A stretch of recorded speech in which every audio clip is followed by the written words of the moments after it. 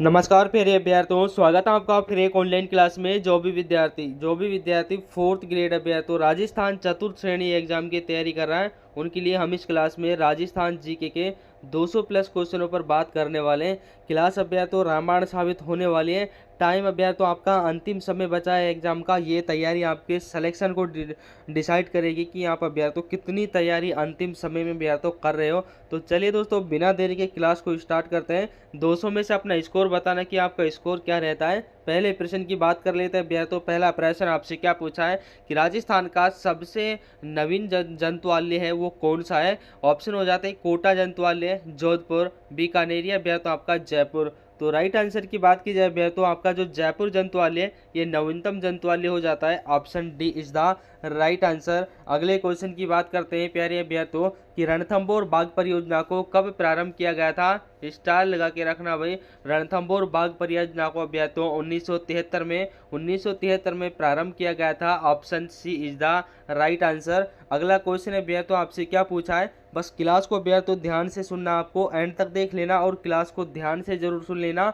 राजस्थान के किन जिलों में मरुस्थल अधिकता में विस्तृत है अभ्यर्थियों। तो मरुस्थल कौन कौन से जिलों में पाया जाता है ये आपसे पूछा है। तो राइट आंसर अभ्यर्थियों बाड़मेर, जोधपुर, जैसलमेर और बीकानेर। यहाँ पर अभ्यर्थियों अधिकतर राजस्थान में अभ्यर्थियों जो आपका मरुस्थल है वो पाया जाता है। ऑप्शन बी आपका इसमें राइट आंसर हो जाता है। अगले क्वेश्चन की बात कर लेते हैं प्यारे अभ्यर्थियों। अगला प्रश्न आपसे क्या पूछा है कि राजस्थान के मरुस्थल का अन्य नाम क्या है। तो राजस्थान का जो मरुस्थल है उसका अन्य नाम अभ्यर्थियों हम थार के नाम से भी इसको जानते हैं। ऑप्शन सी आपका इसमें बिल्कुल राइट आंसर हो जाता है। अगला क्वेश्चन है अभ्यर्थियों आपसे क्या पूछा है कि सर्वाधिक गतिशील बालू का स्तूप है वो कौन से अभ्यर्थियों। स्टार लगा के रखना भाई, क्वेश्चन ये मोस्ट इंपॉर्टेंट है। तो बरखान अभ्यर्थियों सर्वाधिक गतिशील बालू का स्तूप होते हैं अभ्यर्थियों जो रेगिस्तान में पाए जाते हैं। पवनों के द्वारा अभ्यर्थियों ये बनते हैं। अगले क्वेश्चन की बात कर लेते हैं अभ्यर्थियों। अगला प्रश्न आपसे क्या पूछा है कि राजस्थान का सर्वाधिक उपजाऊ क्षेत्र है। तो राजस्थान का सर्वाधिक उपजाऊ क्षेत्र अभ्यर्थियों पूर्वी मैदानी भाग है। ए ऑप्शन है अभ्यर्थियों आपका इसमें राइट आंसर हो जाता है। और स्टार लगा के रखना क्योंकि राजस्थान लेवल के कई एग्जामों में ये क्वेश्चन देखने को मिलता है। भाई लाइक किसी ने नहीं किया तो लाइक सभी बच्चों को कर देना है। इतने विद्यार्थी क्लास को देख रहे हैं, लाइक सबको कर देना है। अगले क्वेश्चन की बात कर लेते हैं अभ्यर्थियों। अगला क्वेश्चन आपसे क्या पूछा है कि दक्षिणी पूर्वी पठारी प्रदेश में मुख्यतः किस नदी द्वारा सिंचाई होती है। तो कौन सी नदी अभ्यर्थियों दक्षिणी और पूर्वी पठारी प्रदेश में बहती है। तो राइट आंसर की बात की जाए अभ्यर्थियों, ऑप्शन अभ्यर्थियों यानी कि चंबल नदी आपका इसमें राइट आंसर हो जाता है। चंबल नदी अभ्यर्थियों आपका इसमें राइट आंसर हो जाता है। ऑप्शन बी आपका इसमें करेक्ट आंसर। अगले क्वेश्चन की बात कर लेते हैं अभ्यर्थियों। अगला प्रश्न आपसे क्या पूछा है कि भैंसरोडगढ़ अभ्यारण्य कहाँ स्थित है। तो भैंसरोडगढ़ अभ्यारण्य की बात आती है ये अभ्यर्थियों आपका चित्तौड़गढ़ में स्थित है। ऑप्शन डी आपका इसमें राइट आंसर हो जाता है। अगला क्वेश्चन अभ्यर्थियों आपसे क्या पूछा है कि रणथंभौर अभ्यारण्य में इंडिया इको डेवलपमेंट परियोजना किस संस्था की सहायता से प्रारंभ की गई थी। स्टार लगा के रखना भाई, एग्जाम में छपने वाला प्रश्न है। तो राइट आंसर अभ्यर्थियों विश्व बैंक के द्वारा स्थापित की गई थी। Option B is the right answer. अगले क्वेश्चन की बात कर लेते हैं अभ्यर्थियों। अगला प्रश्न आपसे क्या पूछा है कि कोटा जंतुआलय की स्थापना कब की गई। तो कोटा जंतुआलय की स्थापना आपसे पूछी है सन अभ्यर्थियों याद रखना 1954 ईस्वी में कोटा जंतुआलय की स्थापना हुई थी अभ्यर्थियों। और याद रखना जो आपके सन के क्वेश्चन अभ्यर्थियों वहां से आपसे 3 से 4 क्वेश्चन इस एग्जाम के अंदर पूछे जाने वाले हैं। तो याद रखना क्लास रामबाण साबित होने वाली है। बस ध्यान से सुन लेना अभ्यर्थियों और ज़्यादा आपको कुछ नहीं करना, क्लास को बस ध्यान से सुन लेना और पूरा जरूर देख लेना। अगला क्वेश्चन आपसे क्या पूछा है कि गागरोनी तोता किस अभ्यारण्य में पाया जाता है। तो गागरोनी तोता अभ्यारण्य याद रखना आपका दर्रा अभ्यारण्य अभ्यारण्य। तो ऑप्शन ए आपका इसमें राइट आंसर हो जाता है जहां पर गागरोनी तोता पाया जाता है। Option A is the correct answer. अगले क्वेश्चन की बात कर लेते हैं भैया। तो अगला प्रश्न आपसे क्या पूछा है कि अरावली पर्वतमाला को किस प्राचीन भूखंड का अवशेष माना जाता है। तो प्राचीन भूखंड का अवशेष गोंडवाना लैंड और बी ऑप्शन है भैया। तो आपका इसमें बिल्कुल राइट आंसर हो जाता है। यानी कि जो अरावली पर्वतमाला है इसको प्राचीन भूखंड का अवशेष माना जाता है। वो अभ्यर्थ तो आपका गोंडवाना लैंड का जो भूखंड का अवशेष है वो माना जाता है। ऑप्शन बी अभ्यर्थों आपका इसमें राइट आंसर हो जाता है। अगले क्वेश्चन की बात करते हैं भैया। तो अगला प्रश्न क्या पूछा है कि अरावली पर्वतमाला की चौड़ाई किस दिशा में बढ़ती है। ये क्वेश्चन है भैया, तो स्टार लगा के रखना, पेपर में छपने वाला प्रश्न है भाई। तो राइट आंसर भैया तो उत्तर से दक्षिण पश्चिम की ओर, उत्तर पूर्व से और दक्षिण पश्चिम की ओर भैया, तो उत्तर पूर्व से और दक्षिण पश्चिम की ओर आपकी जो अरावली की दिशा भैया तो वो चौड़ाई है वो बढ़ती जाती है। तो याद रखना भैया, तो ऑप्शन बी आपका इसमें राइट आंसर हो जाता है। अगले क्वेश्चन की बात करते हैं भैया, तो अगला प्रश्न आपसे क्या पूछा है कि भोराट का पठार कहाँ से कहाँ तक विस्तृत है। स्टार लगा के रखना भाई, क्वेश्चन के अंदर क्वेश्चन रामबाण साबित होने वाला है। कुंभलगढ़ से गोगुंदा तक भैया, तो याद रखना जो आपका भोराट का पठार है वो कुंभलगढ़ से गोगुंदा के मध्य विस्तृत है। ऑप्शन डी आपका इसमें राइट आंसर हो जाता है। अगला क्वेश्चन है भैया तो कि मुकुंदरावाड़ा यानी कि मुकुंदवाड़ा की पहाड़ियाँ किन जिलों में फैली हुई हैं।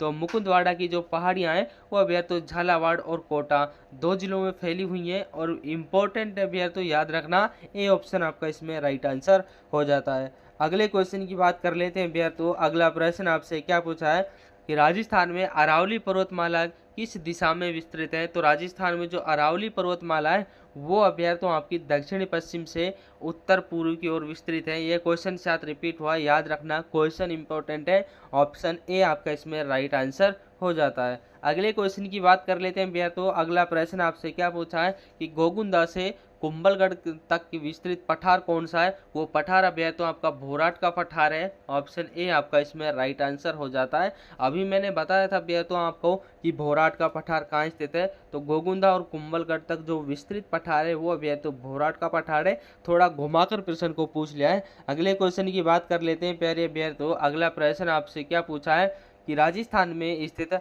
अरावली पर्वतमाला के संबंध में निम्नलिखित में से कौन सा कथन असत्य है। असत्य कथन आपको छांटना है भैया, तो यहाँ भैया तो अधिकांश मात्रा में खनिज पाए जाते हैं।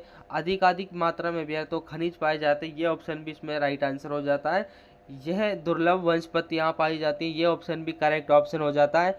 यह पश्चिम मरुस्थल को दक्षिण पूर्व से क्षेत्र में बढ़ने से रोकती है, ये भी करेक्ट ऑप्शन हो जाता है भैया। तो ऑप्शन डी आपके इसमें उपरोक्त सभी हो जाते हैं भैया, तो तीनों ऑप्शन आपके इसमें सत्य कथन हो जाते हैं। अगले क्वेश्चन की बात कर लेते हैं भैया, तो अगला प्रश्न आपसे क्या पूछा है कि अरावली पर्वतमाला की कुल लंबाई कितनी है। तो अरावली पर्वतमाला की कुल लंबाई अभ्यर्थ तो ऑप्शन सी 600 अभ्यर्थ तो 20 किलोमीटर अभ्यर्थ तो अरावली पर्वतमाला की लंबाई मानी गई है। ऑप्शन बी आपका इसमें बिल्कुल राइट आंसर हो जाता है। अगला क्वेश्चन है भैया तो कि अरावली पर्वतमाला श्रृंखला को स्थानीय भाषा में किस नाम से पुकारा जाता है। तो उसका स्थानीय जो नाम है स्थानीय भाषा में उसको भैया तो आडावल के नाम से पुकारा जाता है। ऑप्शन सी आपका इसमें बिल्कुल राइट आंसर हो जाता है। अगला क्वेश्चन है भैया तो आपसे क्या पूछा है कि किस जिले में अरावली पर्वतमाला सर्वाधिक विस्तृत है। तो कौन से जिले में सर्वाधिक विस्तृत है ये आपसे पूछा है। ऑप्शन बी अभ्यर्थ तो उदयपुर जिले में सबसे ज़्यादा अभ्यर्थ तो जो आपकी अरावली पर्वतमाला है वो फैली हुई है। अगले क्वेश्चन की ओर चलते हैं भैया, तो अगला क्वेश्चन आपसे क्या पूछा है कि मारवाड़ के मैदान को मेवाड़ के उच्च पठार से कौन सा पहाड़ी क्षेत्र अलग करता है। तो कौन सा पहाड़ी क्षेत्र भैया तो अलग करता है। क्वेश्चन भैया तो दोबारा समझ लेना कि मारवाड़ के मैदान को मेवाड़ के उच्च पठार से कौन सा पहाड़ी अलग करता है, कौन सा क्षेत्र अलग करता है। तो आपका मेरवाड़ा की पहाड़ियाँ भी है तो ये अलग करती हैं। ऑप्शन बी आपका इसमें राइट आंसर हो जाता है। एग्जाम में आप यार तो छपने वाला मोस्ट इम्पॉर्टेंट क्वेश्चन है, क्योंकि आपका जो एग्जाम है भैया तो इसका लेवल आपको इतना हार्ड नहीं आने वाला है। कुछ क्वेश्चन अब भैया तो आपको हार्ड देखने को मिलेंगे, लेकिन आपके जो नॉर्मल आपका एग्जाम का जो पैटर्न है वो रहने वाला है। अगला क्वेश्चन आपसे क्या पूछा है कि मालानी पर्वत किस जिले में फैला हुआ है। तो मालानी जो पर्वत है वो किन जिलों में फैला हुआ है आपको बताना है भैया। तो जालोर और बाड़मेर इन 2 जिलों में भैया तो जो आपका मालानी पर्वत है वो फैला हुआ है जालोर और बाड़मेर में। अगले क्वेश्चन की बात करते हैं। अगला प्रश्न क्या पूछा है कि हर्ष पहाड़ी किस जिले में स्थित है। तो हर्ष पहाड़ी की बात आती है भैया तो ये आपके सीकर जिले में स्थित है। ऑप्शन बी आपका इसमें राइट आंसर हो जाता है। अगला क्वेश्चन है भैया तो आपसे क्या पूछा है कि किस पर्वत श्रृंखला को महान भारतीय जल विभाजक रेखा कहा जाता है? तो महान भारतीय जल विभाजक रेखा के रूप में अभ्यर्थियों आपकी अरावली की पर्वत श्रेणियां वो काम करती हैं।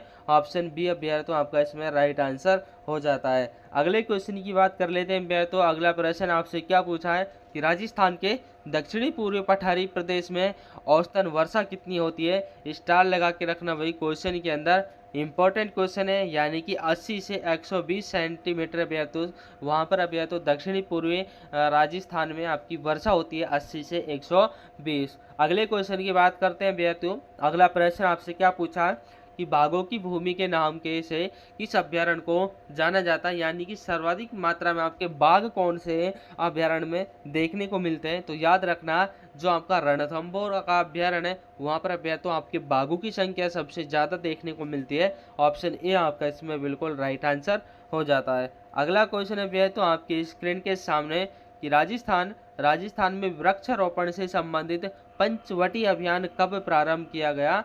तो पंचवटी अभियान अभ्यर्थियों आपसे पूछा है, स्टार लगा के रखना भाई पंचवटी अभियान। ऑप्शन बी 11 जुलाई 2007 को अभ्यर्थियों सन याद रखना। ये सन से अभ्यर्थियों जो एग्जाम में क्वेश्चन पूछे जाते हैं वो अभ्यर्थियों आपको याद रखने। अगला क्वेश्चन आपसे क्या पूछा है कि जवाहर सागर अभ्यारण्य की स्थापना कब की हुई? तो जवाहर सागर जो अभ्यारण्य है इसकी स्थापना सन आपसे पूछे 1975 में अभ्यारण्य। तो जवाहर सागर अभ्यारण्य की जो स्थापना होती है 1975 ईस्वी में होती है। ऑप्शन सी अभ्यर्थियों तो आपका इसमें बिल्कुल राइट आंसर हो जाता है। बात कर लेते हैं अभ्यर्थियों अगले क्वेश्चन की। अगला प्रश्न अभ्यर्थियों आपसे क्या पूछा है कि सवाई माधोपुर स्थित रणथंभौर अभ्यारण्य को राष्ट्रीय दर्जा कब दिया गया था? स्टार लगा के रखना भाई एग्जाम में छपने वाला प्रश्न है। तो राष्ट्रीय दर्जा अभ्यर्थियों आपसे पूछा है 1980 ईस्वी में। 1980 ईस्वी में अभ्यर्थियों सवाई माधोपुर स्थित रणथंभौर अभ्यारण्य को राष्ट्रीय उद्यान का दर्जा दिया गया था। क्वेश्चन अभ्यर्थियों रामबाण साबित होने वाला है, एग्जाम में छपने वाला प्रश्न है। अगला प्रश्न अभ्यर्थियों आपसे क्या पूछा है कि सर्वाधिक वन्यजीव अभ्यारण्य किस जिले में स्थित है? तो सर्वाधिक वन्यजीव अभ्यारण्य की बात आती है वो अभ्यर्थियों आपके उदयपुर जिले में स्थित है। ऑप्शन बी आपका इसमें बिल्कुल राइट आंसर हो जाता है। अगला क्वेश्चन अभ्यर्थियों आपसे क्या पूछा कि रणथंभौर अभ्यारण्य का क्षेत्रफल कितना है? तो क्षेत्रफल की बात आती है अभ्यर्थियों तो 272 वर्ग किमी अभ्यर्थियों उसका क्षेत्र है। ऑप्शन है सी आपका इसमें राइट आंसर। थोड़ा मिसप्रिंट हो जाता है भैया तो ऑप्शनों में, इसको आप सही कर लीजिएगा। ऑप्शन है भैया तो ऑप्शन डी आपका इसमें राइट आंसर हो जाता है। अगला क्वेश्चन है भैया तो आपसे क्या पूछा है कि राजस्थान में वन्य जीव कॉरिडोर का निर्माण कहाँ किया जाएगा? तो याद रखना भैया तो ये आपसे करंट अफेयर के पर्पज से भी क्वेश्चन पूछा जा सकता है। तो क्वेश्चन भाई इंपॉर्टेंट होने वाला है। तो राजस्थान में वन्य जीव कॉरिडोर का निर्माण कहाँ किया जाएगा? तो अब या तो सवाई माधोपुर से कोटा तक किया जाएगा। ऑप्शन सी आपका इसमें राइट आंसर हो जाता है। अगले क्वेश्चन की बात करते हैं भैया तो अगला प्रश्न क्या पूछा है कि राजस्थान में ऑपरेशन खेजड़ी कब प्रारंभ किया गया? तो राजस्थान में ऑपरेशन जो खेजड़ी है उसका प्रारंभ भैया तो 1991 में होता है। 1991 ईस्वी में खेजड़ी ऑपरेशन की शुरुआत होती है। Option C is the right answer.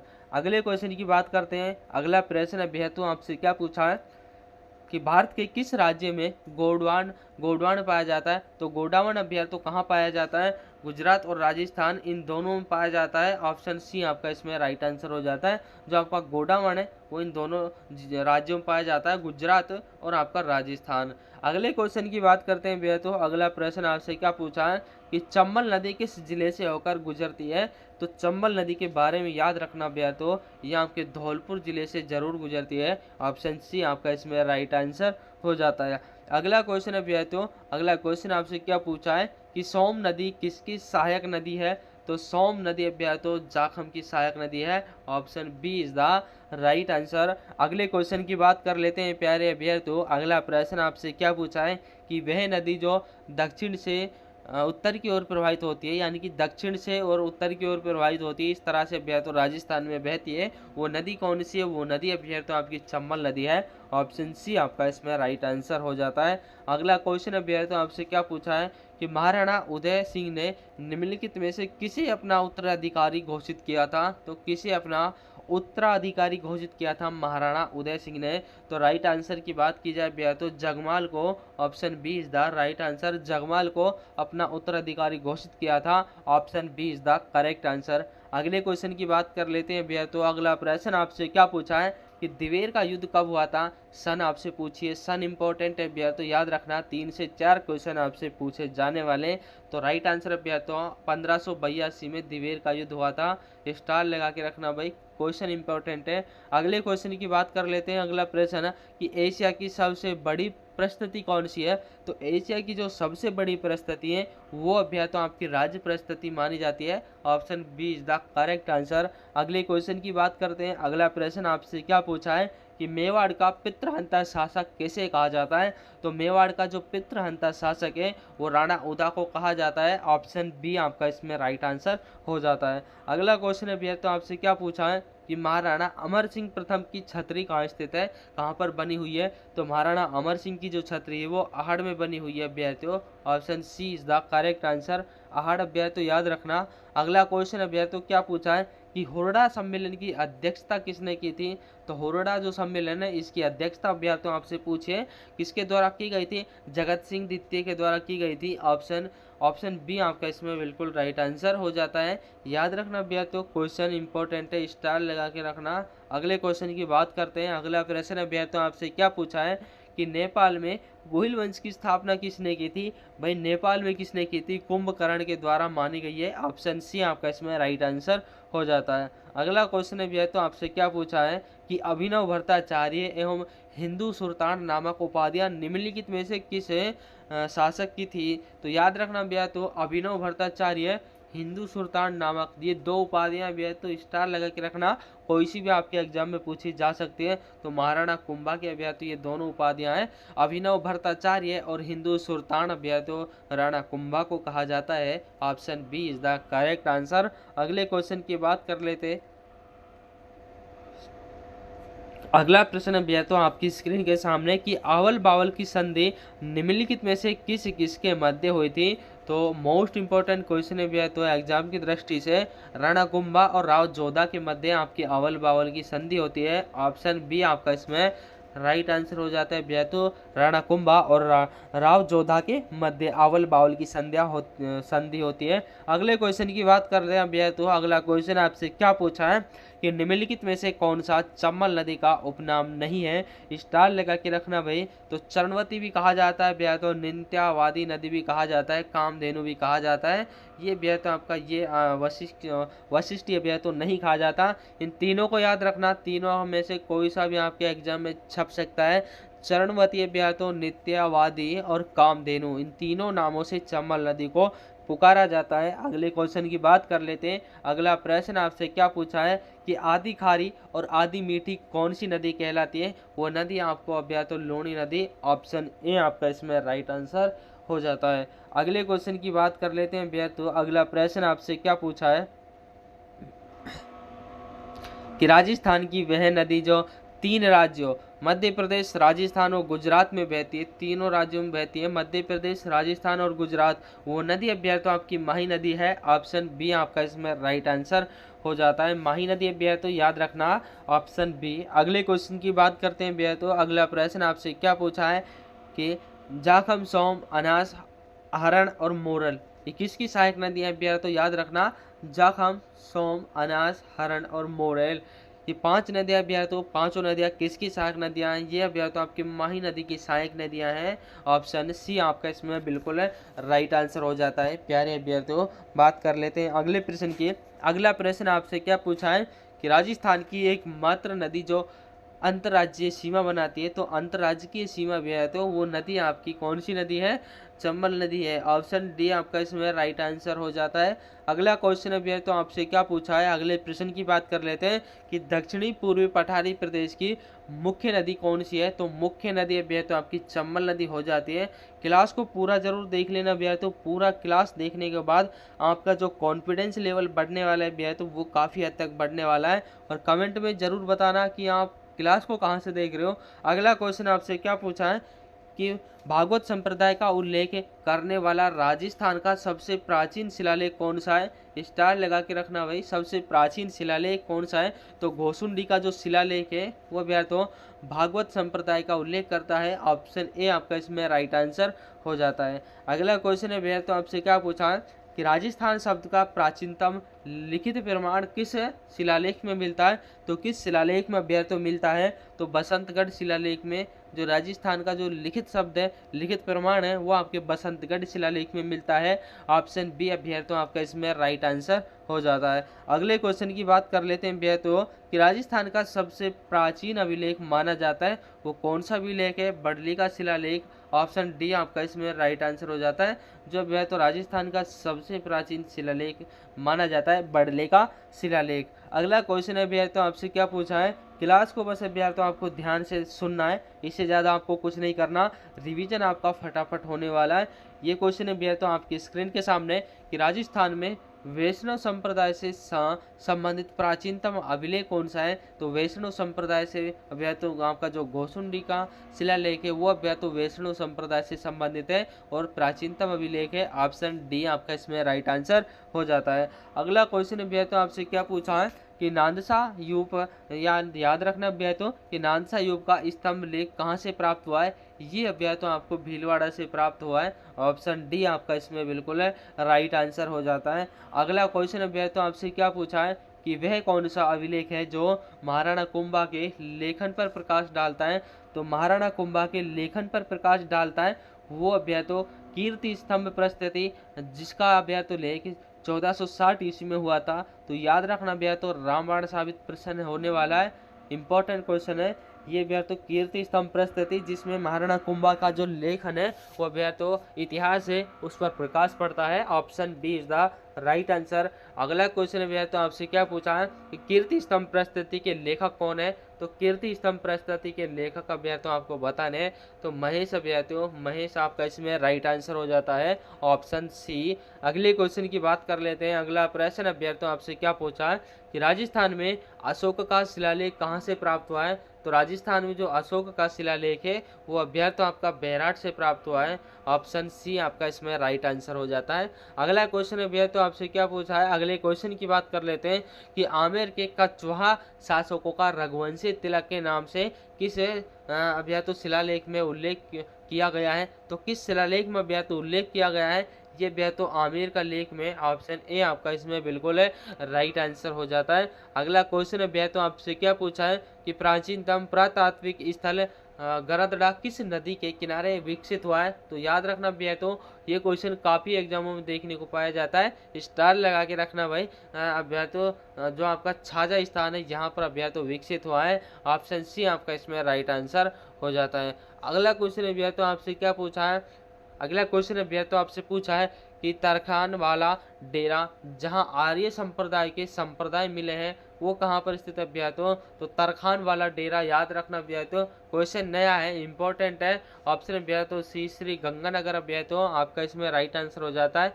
Option C. अगले क्वेश्चन की बात करते हैं भैया तो अगला क्वेश्चन आपसे क्या पूछा है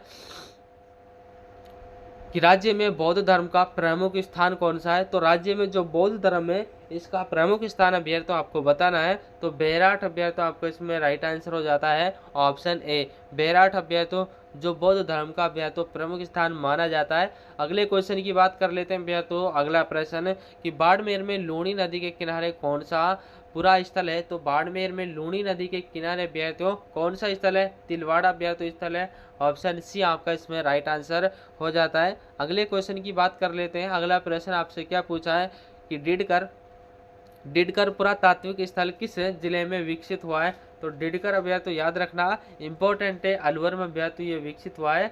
ऑप्शन ए आपका इसमें बिल्कुल राइट आंसर हो जाता है। बात कर लेते हैं भैया तो अगले क्वेश्चन की। अगला प्रश्न है भैया तो आपसे क्या पूछा है कि इस बार प्राचीन औद्योगिक बस्ती जहाँ से लोहा गलाने की प्रमाण मिले हैं वो कहाँ पर स्थित है? तो याद रखना भैया तो इसवाल प्राचीन औद्योगिक बस्ती, ये भैया तो आपके उदयपुर से प्राप्त हुए हैं। ऑप्शन सी आपका इसमें बिल्कुल राइट आंसर हो जाता है। स्टार लगा के रखना भाई, ये क्वेश्चन आपके सिलेक्शन पर डिपेंड है भैया तो, यानी कि इस तरह के क्वेश्चन आपसे आपसे 10 से 15 क्वेश्चन भैया तो आपसे डीपली पूछे जाएंगे, बिल्कुल सरल, पूरे क्वेश्चन आपसे बिल्कुल सरल नहीं पूछे जाएंगे। आपकी मेरिट डिसाइड करेगी भैया तो कि आपसे किस तरह के क्वेश्चन पूछने। अगला क्वेश्चन है भैया तो आपसे क्या पूछा है, अगला एक प्रश्न की बात कर लेते हैं कि भूकंप व तंदूर के प्राचीनतम साक्ष्य कहाँ से मिले हैं। ये भैया तो आपकी कालीबंगा सभ्यता ऐसे ही मिले हैं। कालीबंगा आपका इसमें राइट आंसर हो जाता है। यहाँ से भैया तो आपका भूकंप और तंदूर के प्राचीनतम साक्ष्य मिले हैं, कहाँ से, कालीबंगा से। और कालीबंगा आपका जो हनुमानगढ़ जिले में स्थित है और घग्गर नदी के किनारे स्थित है। ये पॉइंट कुछ है, याद रखना भैया तो इनको, यहाँ से भी आपका एग्जाम में क्वेश्चन बन सकता है। अगला प्रश्न है भैया तो कि प्रतिहार शासक में रोहिले द्वितीय के नाम से जाना जाता है, वो कौन है भैया तो रोहिली द्वितीय के नाम से भैया तो हरिश्चंद्र को जाना जाता है। ऑप्शन सी आपका इसमें राइट आंसर हो जाता है। अगला क्वेश्चन है भैया तो आपसे क्या पूछा है कि प्रतिहार वंश के किस शासक ने अपनी राजधानी मंडोर में मेड़ता स्थानांतरित की थी। तो मंडोर से मेड़ता भैया तो किस शासक के द्वारा स्थापित की गई थी। तो याद रखना नागभट्ट प्रथम के द्वारा एक प्रतिहार वंश है भैया तो, जिसकी कौन सा शासक था जिसने अपनी राजधानी मंडोर से मेड़ता स्थानांतरित की थी, वो शासक है भैया तो आपका नागभट्ट प्रथम हो जाता है। अगले क्वेश्चन की बात कर लेते हैं भैया तो अगला प्रश्न आपसे क्या पूछा है, अगला प्रश्न कि निम्नलिखित में से किस स्त्रोत में गुर्जर प्रतिहार की प्रारंभिक वंशावली मिलती है। तो गुर्जर प्रतिहार की प्रारंभिक वंशावली घटियाला शिलालेख में मिलती है भैया तो, ऑप्शन सी आपका इसमें राइट आंसर हो जाता है। अगले क्वेश्चन की बात कर लेते हैं भैया तो अगला प्रश्न आपसे क्या पूछा है कि चंपानेर की संधि किस किस के मध्य हुई थी। तो चंपानेर की संधि भैया तो महमूद खिलजी प्रथम कुतुबुद्दीन शाह के मध्य हुई थी। क्वेश्चन भैया तो इम्पोर्टेंट है, याद रखना ऑप्शन डी महमूद खिलजी और प्रथम भैया तो महमूद खिलजी प्रथम और कुतुबुद्दीन शाह के मध्य भैया तो जो आपकी चंपानेर की संधि है वो होती है। अगले क्वेश्चन की बात कर लेते हैं भैया तो अगला प्रश्न आपसे क्या पूछा है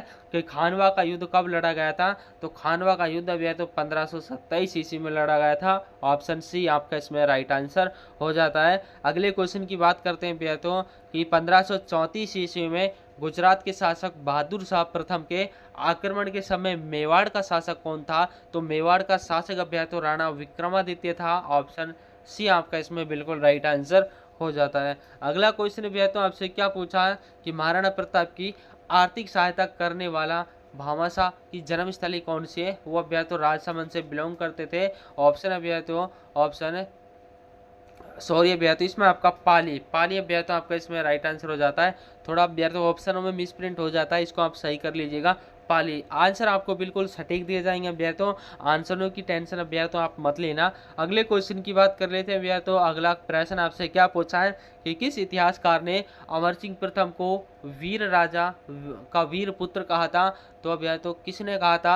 ऑप्शन बी भैया तो गौरी शंकर हीराचंद ओझा के द्वारा कहा गया था। अमर सिंह को कहा गया था भैया तो ये भी याद रखना, वीर राजा का वीर पुत्र गौरी शंकर हीराचंद ओझा ने कहा था अमर सिंह के बारे में। अगला क्वेश्चन भैया तो आपसे क्या पूछा है कि मेवाड़ में सर्वप्रथम डाकण प्रथा पर रोक किसने लगाई थी। तो मेवाड़ में सर्वप्रथम जो डाकण प्रथा है इस पर रोक भैया तो महाराणा स्वरूप सिंह के द्वारा लगाई गई थी। ये क्वेश्चन है भैया तो राजस्थान लेवल के हर एग्जाम में पूछा जाता है, तो स्टार लगा के रखना। क्वेश्चन है भैया तो इंपॉर्टेंट है। अगले क्वेश्चन की बात कर लेते हैं भैया तो अगला प्रश्न आपसे क्या पूछा है कि मेवाड़ के किस महाराणा के काल में छप्पनिया अकाल पड़ा था। तो छप्पनिया जो अकाल है वो महाराणा फतेह सिंह के काल में पड़ा था भैया तो, ऑप्शन ए आपका इसमें राइट आंसर हो जाता है। अगला क्वेश्चन है भैया तो आपकी स्क्रीन के सामने कि भैया तो हरित कृषि की कृपा से किस मेवाड़ राज्य प्राप्त हुआ था भैया तो।